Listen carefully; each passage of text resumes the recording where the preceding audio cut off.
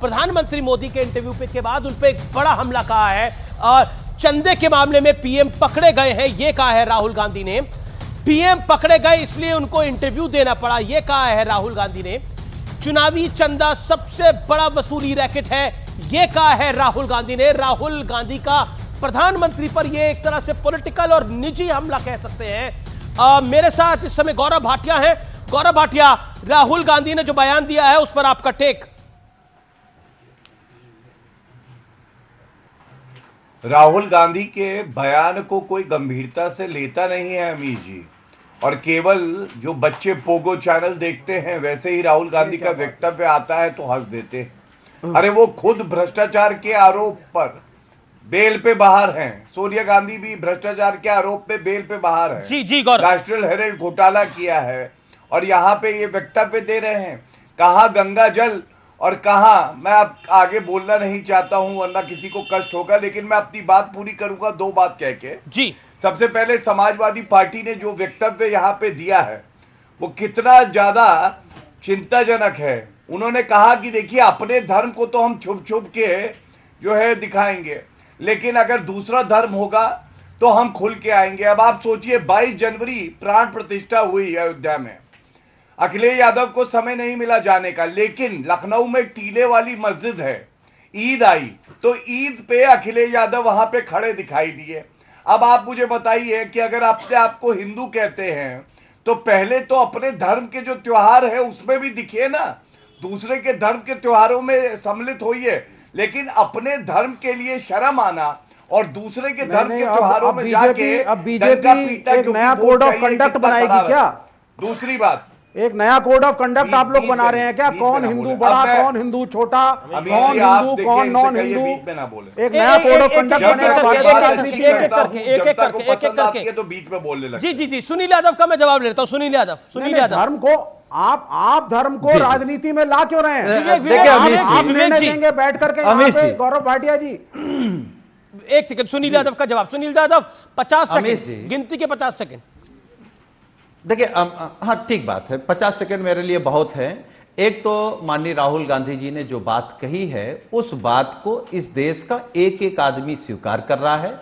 हालांकि भारतीय जनता पार्टी के भी समर्थक ये समझ रहे हैं कि मोदी जी इस वाले चंदा लेने के मामले में फंस गए हैं, इसलिए उनके मुंह से भ्रष्टाचार अच्छा नहीं लगता।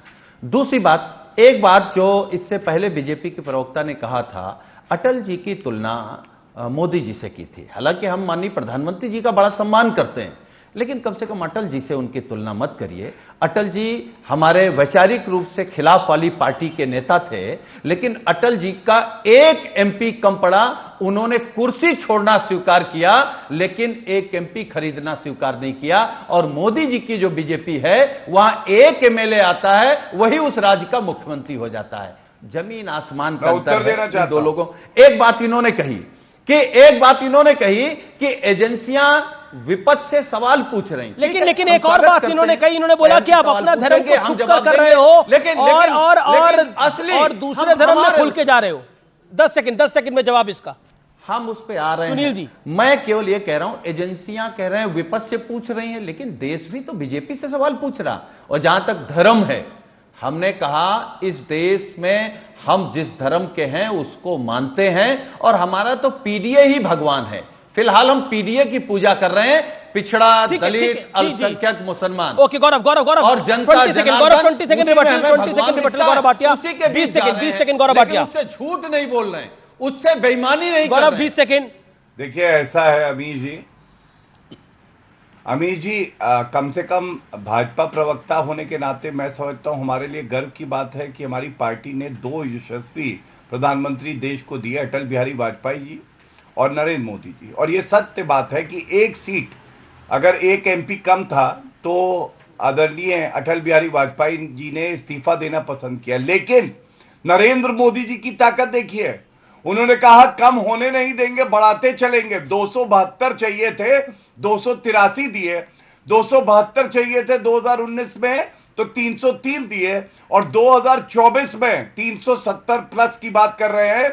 ये है Narendra Modi. Okay Rajesh Gupta 10 second, Rajesh Gupta 15 seconds, make your point. जहां तक सार्वजनिक जहां तक सार्वजनिक पूजा करने की बात है तो अरविंद केजरीवाल जी ने तो सबसे ज्यादा लोगों को तीर्थों पे भेजा। अरविंद केजरीवाल जी ने तो सार्वजनिक तौर पे लक्ष्मी गणेश की दीपावली पे पूजा करी, जो सबको बुलाया, सबने आके देखा। और दूसरे देखो, दो बात जो ये कह रहे हैं कि सबके सामने नहीं दिखाएंगे, डिफरेंस को समझिए। मैं नवरात्रि की अगर किसी पूजा में जाता हूं, कल श्याम बाबा की चौकी में गया, तो कोई मुस्लिम भाई मुझे ये कहे कि आप उनके यहाँ तो खुल के तो दोनों चीजें खुल के करिए ना, कौन इनकार करता है, लेकिन एक चीज छुप कर और दूसरी चीज खुल कर। लेकिन मैं फिर आता हूं, क्या आपको लगता है प्रधानमंत्री मोदी ने जो काले धन पर बोला वो डायरेक्टली एक बड़ी बात है? मैं बहुत इसको महत्वपूर्ण मानता हूं। 10 सेकंड। हाँ, काले धन पर जो बात उन्होंने कही है कि सब लोग पछताएंगे, इसका अर्थ बड़ा व्यापक है और किन तरह से इसको लिया जाएगा और कहां कहां टारगेट है, जी ये वैसे बहुत महत्वपूर्ण लग रहा है जी। और अब आर पार में वक्त है सत्य और तथ्य का। लोकसभा चुनाव से पहले ही दिल्ली की एक सीट पर जबरदस्त घमासान छिड़ गया है, यानी कंट्रोवर्सी हो गई है। दरअसल दिल्ली की उत्तर पूर्वी सीट से कांग्रेस ने कन्हैया कुमार को टिकट दिया है। ये वही कन्हैया कुमार है जिनका नाम 2016 में जेएनयू में हुई कथित देश विरोधी नारेबाजी में आया था व्यूअर्स। हालांकि ये आरोप अभी अदालत में सिद्ध होने जरूर बाकी है, यानी केस अभी भी चल रहा है, लेकिन बीजेपी इन्हीं आरोपों को आधार बनाकर कांग्रेस को सिर्फ घेर नहीं रही है, कांग्रेस को उसने चौतरफा घेर लिया है। दिल्ली बीजेपी अध्यक्ष वीरेंद्र सचदेवा ने एक बड़ा हमला करते हुए कहा है कि दिल्ली में इस बार का चुनाव सनातन प्रेमियों और देश विरोधियों के बीच होने जा रहा है। वहीं पूर्व कांग्रेस नेता आचार्य प्रमोद कृष्णम ने कहा है कि यह महात्मा गांधी वाली कांग्रेस नहीं है, क्योंकि आज की कांग्रेस देश विरोधी ताकतों को चेहरा बनाती है। सुनिए क्या कहा है। ये अगर वो कांग्रेस होती तो राष्ट्र के खिलाफ नारे लगाने वालों के साथ खड़ा होती। अगर ये वो कांग्रेस होती तो भारत के टुकड़े करने वाले नारे लगाने वाले नेताओं को कांग्रेस में सम्मिलित किया जाता, कांग्रेस के चेहरा बनाए जाते। तो सोचिए कांग्रेस ने क्या करा है, क्या अपने पैरों पे कुल्हाड़ी मार रही है? ऐसा पॉलिटिकल पंडित कह रहे हैं कन्हैया कुमार को टिकट देके। कांग्रेस किसी को भी टिकट दे, ये उनकी पार्टी का मामला है, लेकिन कांग्रेस के पास अमरिंदर सिंह लवली, संदीप दीक्षित जैसे नेता थे। कांग्रेस ने जेपी अग्रवाल जैसे कद्दावर नेता को टिकट भी दिया है। क्या उनकी उम्मीदवारी पर कोई सवाल खड़े कर रहा है? जी नहीं, लेकिन सवाल तब खड़े होते हैं जब कन्हैया कुमार जैसे व्यक्ति को पार्टी आगे बढ़ाने का प्रयास करती है, क्योंकि उन पर देश विरोधी नारेबाजी के बहुत गंभीर आरोप हैं। बीजेपी सवाल पूछ रही है कि देश विरोधी नारे लगाने वाले और सेना का अपमान करने वाले कन्हैया कुमार पर कांग्रेस का आला कमान इतना लट्टू, इतना मेहरबान क्यों हो गया है? कहानी में एक और ट्विस्ट तब आता है जब कांग्रेस दिल्ली की उत्तर पश्चिमी सीट पे से उदित राज को टिकट दे देती है। ये वही उदित राज है जिन्होंने कई मौकों पर सनातन विरोधी बयानबाजी की, और कांग्रेस का हाईकमान उन्हें रोकने की बजाय उन्हें टिकट का तोहफा दे रहा है, यानी प्राइज दे रहा है। तो फिर सवाल खड़ा होता है, जो गौरव वल्लभ कहते हैं, जो सनातन को गाली देता है, जो मोदी को गाली देता है, उसको आगे बढ़ाया जाता है। जो देश के खिलाफ बोलता है कांग्रेस में, क्या उसे आगे बढ़ाया जाता है? हाल फिलहाल में कांग्रेस छोड़ने वाले संजय निरुपम, गौरव वल्लभ, रोहन गुप्ता ने यही पर्दाफाश किया था कि कांग्रेस में सनातन के खिलाफ बोलने के लिए दबाव बनाया जाता है। ऐसे ही खुलासा आचार्य प्रमोद कृष्णम ने भी किया था, जो किसी पॉलिटिकल पार्टी में नहीं गए हैं। सवाल यह है कि एक पॉलिटिकल पार्टी ऐसे फैसले करती है तो उसके लोकल नेताओं, उनके कार्यकर्ताओं तक पर इसका बहुत बहुत बहुत खराब असर पड़ता है। क्या कांग्रेस का कैडर इससे निराश नहीं होगा? इसलिए आजकल सवाल उठने लगे हैं कि क्या कांग्रेस का लेफ्टीकरण, वामपंथीकरण हो चुका है? क्योंकि हाल ही में राहुल गांधी ने कहा था कि अगर कांग्रेस सरकार में वापस आई तो वेल्थ रीडिस्ट्रीब्यूशन किया जाएगा, और दुनिया जानती है कि वेल्थ रीडिस्ट्रीब्यूशन जैसा फेल्ड कॉन्सेप्ट वाम